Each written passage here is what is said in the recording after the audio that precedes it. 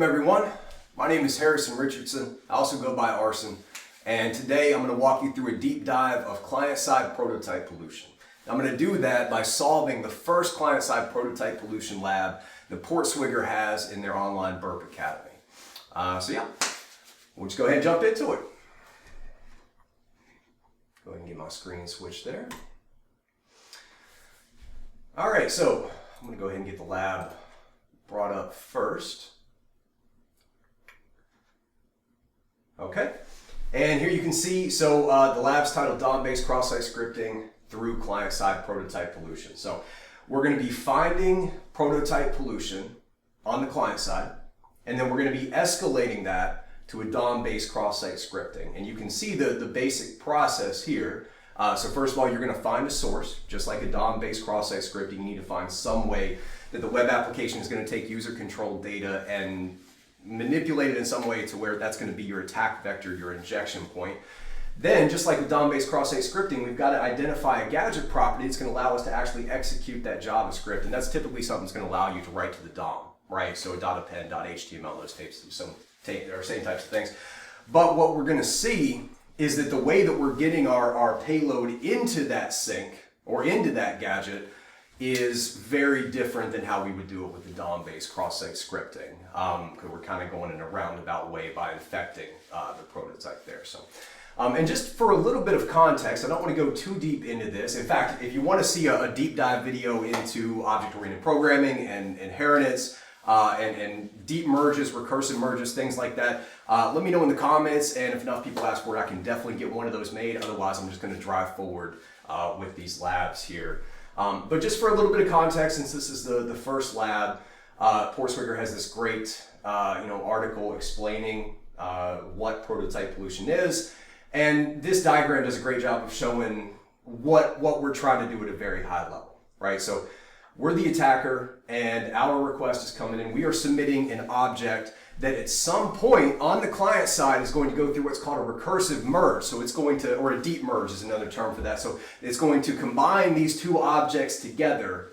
And once that's done, if we've crafted our payload correctly, our hope is that the prototype will actually be overwritten with an additional key value pair that will be added to every object that's instantiated in running memory. And instantiated for an object, if you're not familiar with object-oriented programming, that just means created, right? So when the object is created, it has an additional key value pair in it that the developers did not intend for it to have. And that's going to be the way that we can inject our payload into the sink there. So again, our two objects are going to be merged. So now at this point, object.prototype contains this malicious key value pair. So this one looks like a transport URL going to an evil domain. And we can see down here that it goes, and that transport URL would later be used by some type of a sink to cause the application to behave in a way that the developers did not intend. But different than a DOM-based cross-site scripting, we have other options here too. So for this one with the transport URL, maybe that's not being used added to the DOM itself, but maybe that's being used in an AJAX call or something, and we can potentially manipulate that. So prototype pollution, there's a lot of additional options outside of cross-site scripting that you can get.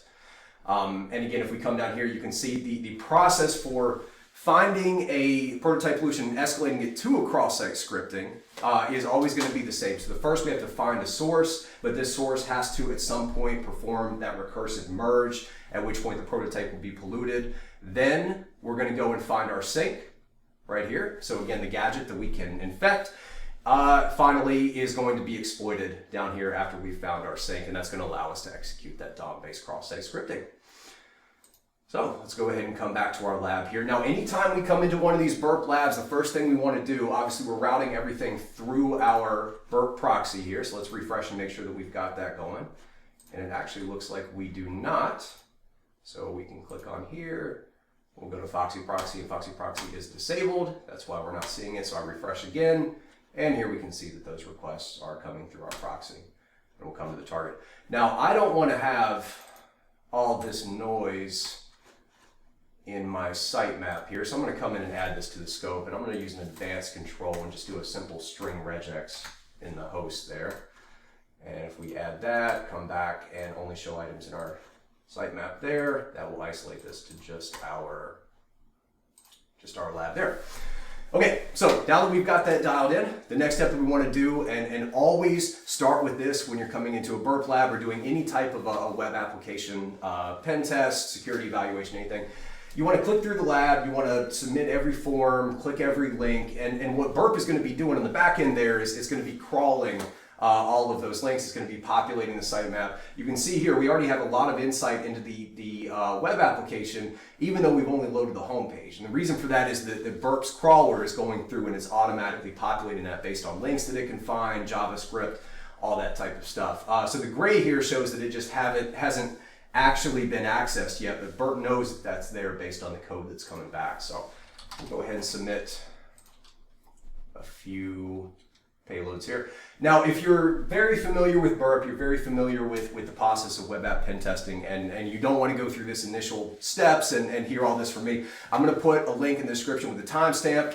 It'll show you where you can go to if you just want to jump to exactly how to solve the solution. But I know there's really two types of people that are going to be finding this video. The first would be someone who, like I said, is just trying to solve the lab and they want to come in and see the solution. Maybe they've been struggling with it for a little bit. But the other is someone who maybe just wants to learn about prototype pollution itself and doesn't have as much experience. Maybe they've just stumbled on these burp labs and they're trying to get started. If you go to their learning path, client-side prototype pollution is actually one of the first ones on that list now. So I want to make sure that I'm crafting this video for everyone. So apologize if this is redundant for you, but I can promise for some people out there it won't be.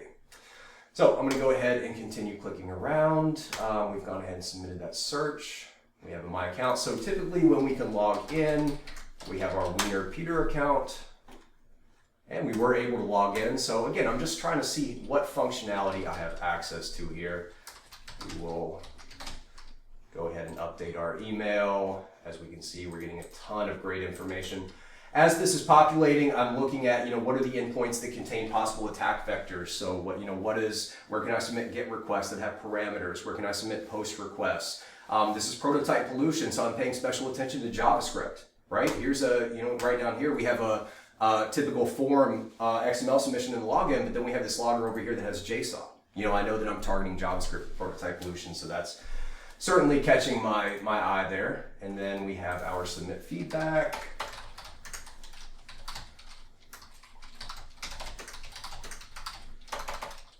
Now the reason I'm submitting arson here is because I want to be able to have a unique string that I can search for to try to see if this value that I'm submitting, which is that user-controlled input, to see if it's being reflected anywhere in the responses. So that'll be a very easy way for me to come back and find that.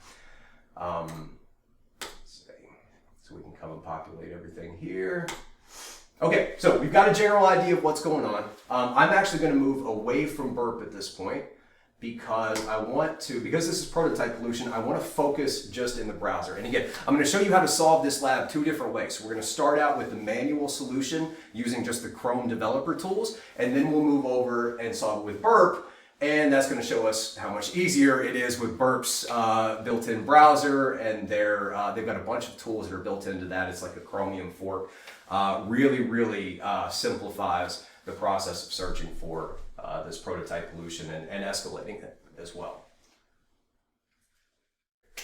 So now that we've populated our sitemap, we're going to come down here to the developer tools, and we're going to start looking for anywhere that we can accomplish our prototype pollution. So can we inject a key value pair into the prototype of all objects that are running on the client side here? So I'm going to bring up my developer tools here in Chrome, and I'm immediately going to go over to sources and see what we have to work with. So it looks like we do have our basic, and this is just going to be this is all of what's been loaded into the index there. And in our JavaScript, okay, so we have our search logger, and then we have a dparam JavaScript file. So let's go ahead and see if we can figure out what's going on here. We've got two different functions and then a window event listener. So this is immediately notable. Obviously, these are not going to execute until they're called.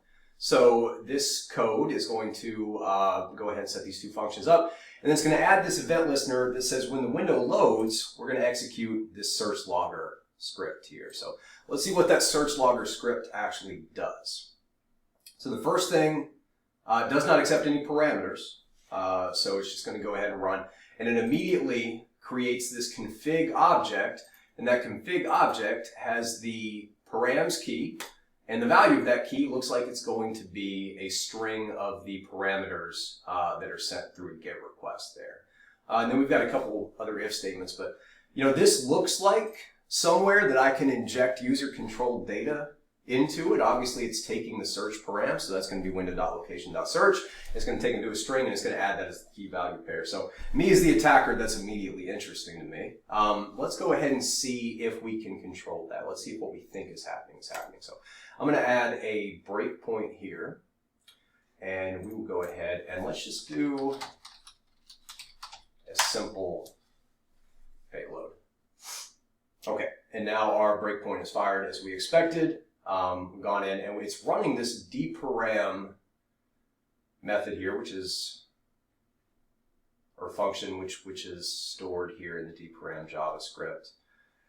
Obviously just glancing at this, if you're not real deep into JavaScript, you probably don't know what's going on here. If you are familiar with JavaScript and the process of a deep merge or a recursive merge, that's probably looking pretty interesting to you as well. Let's go ahead and actually, let's do this. Let's step into this, because if we step into this here, we're going to go and see what this dparam method is actually doing, or function is actually doing. Okay, so we've stepped in. So this function does take parameters, and then first is the params that we've just submitted, and we can see that represented here. So our arson coerce is immediately undefined, the second parameter there. And we can see we go ahead and store an object, and then it has some of these coerce types that are stored as well. So let's continue and just step over a few of these and see if we can figure out what's going on. So we have returned the object here.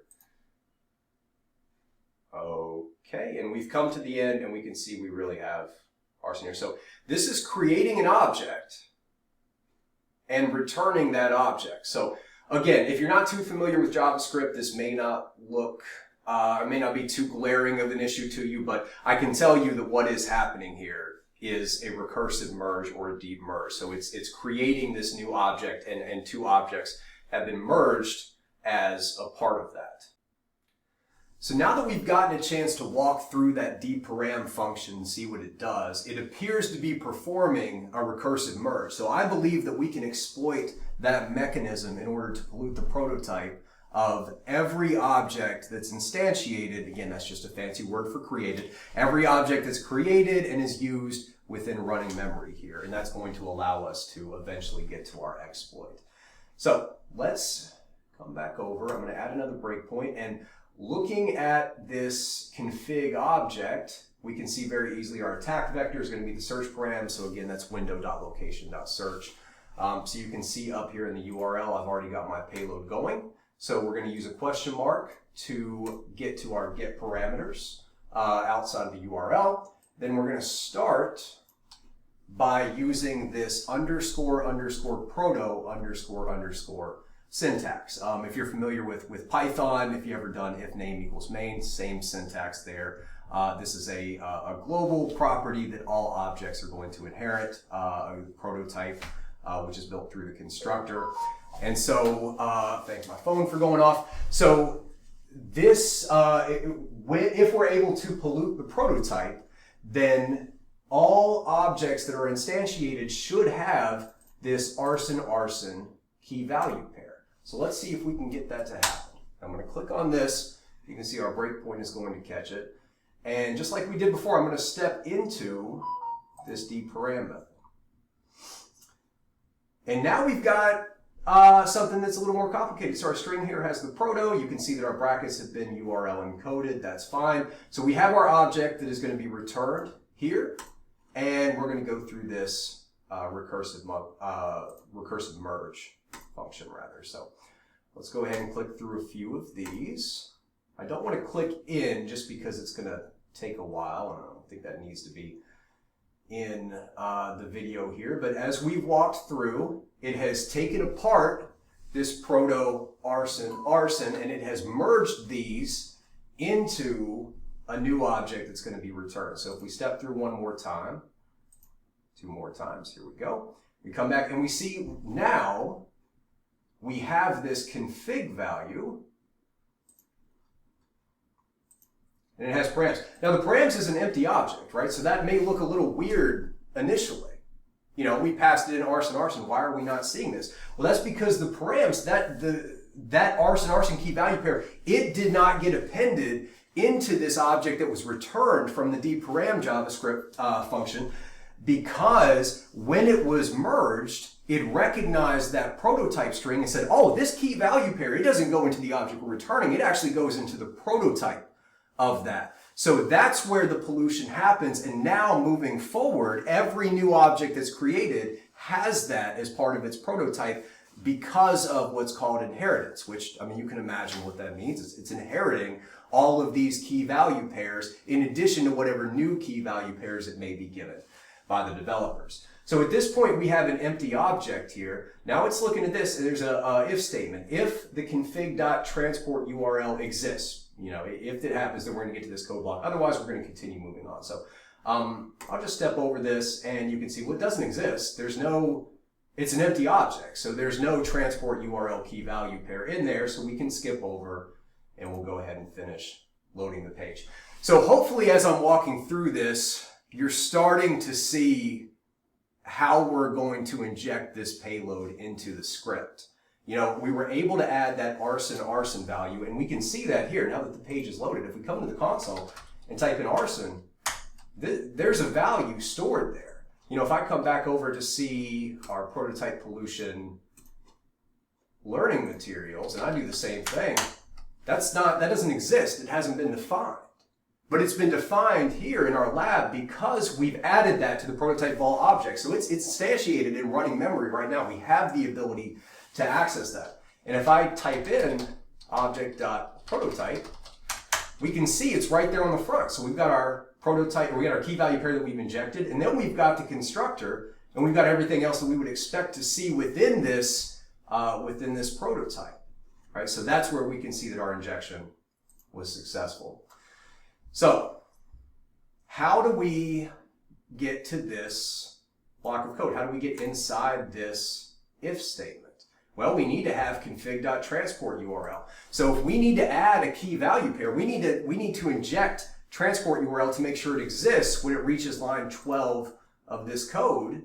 That way, we're going to get into this if statement and we can reach these sinks here. We're going to be able to, you can see, very simple from that. We're going to have a script HTML element that's going to be created. The source is going to be the value of our transport URL. So that's going to be our attack method, and document.body.append child, so we're going to append that to the DOM. So we right now can create an arson value. So let's just change this to transport URL. We don't need to worry about the value because the only thing it's asking here is, does it exist? It doesn't care what the value is. It just wants to know if it exists in running memory. So if I come through and do this again, and this time I'm going to step over our dparam method because we know what it's going to do. And we come down here and we see our config. We open up our params. And we can step over that right there. Now we've entered into this if statement. So why is that? We're coming in here, I'm looking at params. Well, params doesn't have anything in here. So it might be a little confusing at first why this is working. Why did we get into this if statement if params does not appear to have that key value pair that we need? We open up here, we do see the transport URL under the params. It's just part of the prototype, right? So now keep in mind this prototype, this is not params.prototype.transport URL. This is just showing what it inherited. So this is params.transport URL. But again, you may be looking at this and thinking, well, that doesn't match. That's not config.transport URL. That's config.params.transport URL. So if you got that point, it's confusing. The reason that this is working is, let's go ahead and forget about the params. Config, when it was created, it already had that value in here. We don't care about the params at this point. That's inconsequential.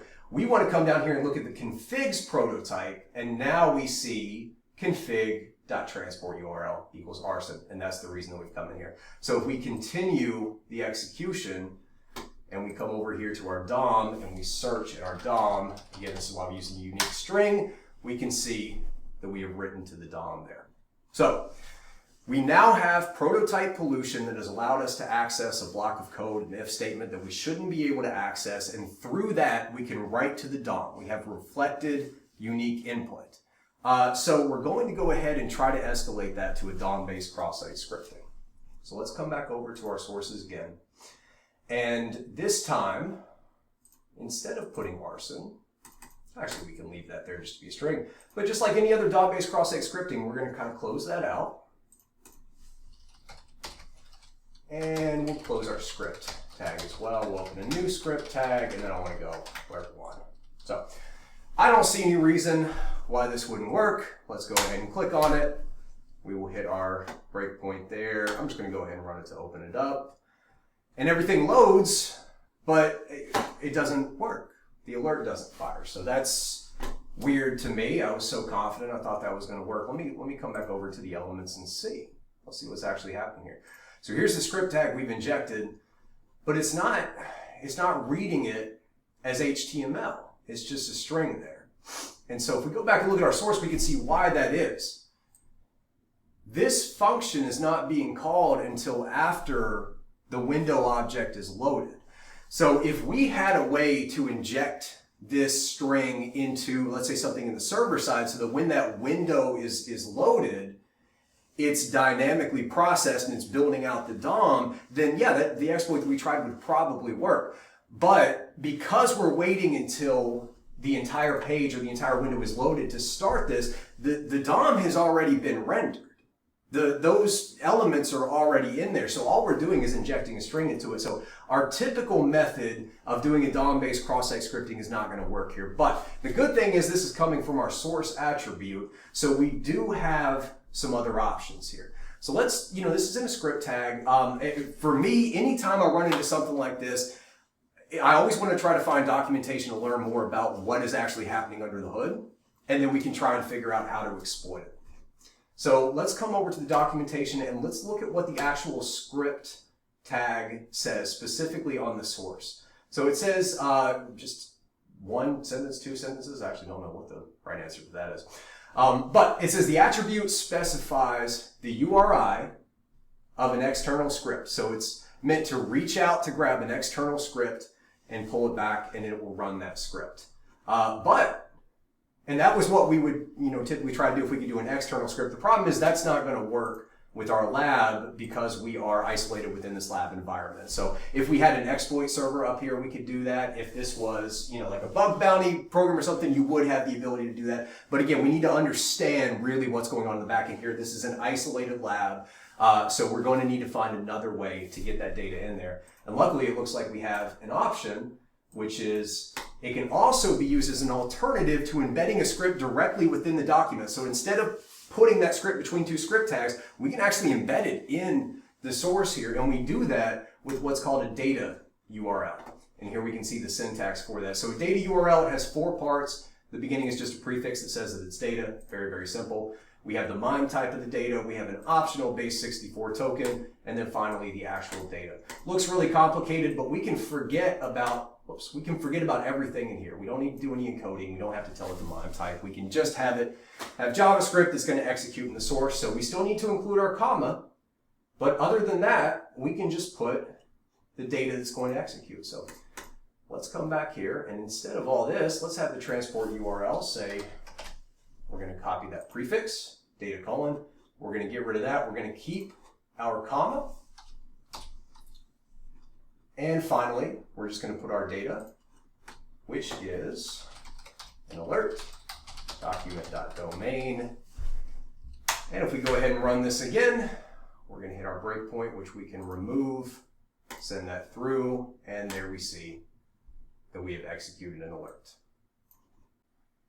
All right, so real quick, if you were watching there, you probably noticed the alert did fire, but it didn't solve the lab. Had to test around a little bit to find out what was going on there. Turns out, if you spend a lot of time explaining about prototype pollution and what's going on, eventually you go past that 15-minute mark, which desynchronizes something, and it doesn't show up in that you actually solved the lab. So I've created a new one, and let's go ahead and just show real quick. We're going to take that exact same, oops, got 2 question marks there.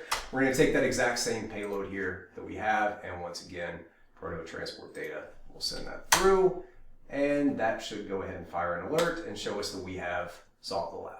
Perfect. So again, would have showed that the first time if I didn't talk so much, but is what it is. But not too complicated. This is, again, the first lab. They're going to get more complicated than here, but definitely still a lot of work to do manually. So let's see what this looks like using Burp's built-in browser and the tools that they have within that browser to make this much easier.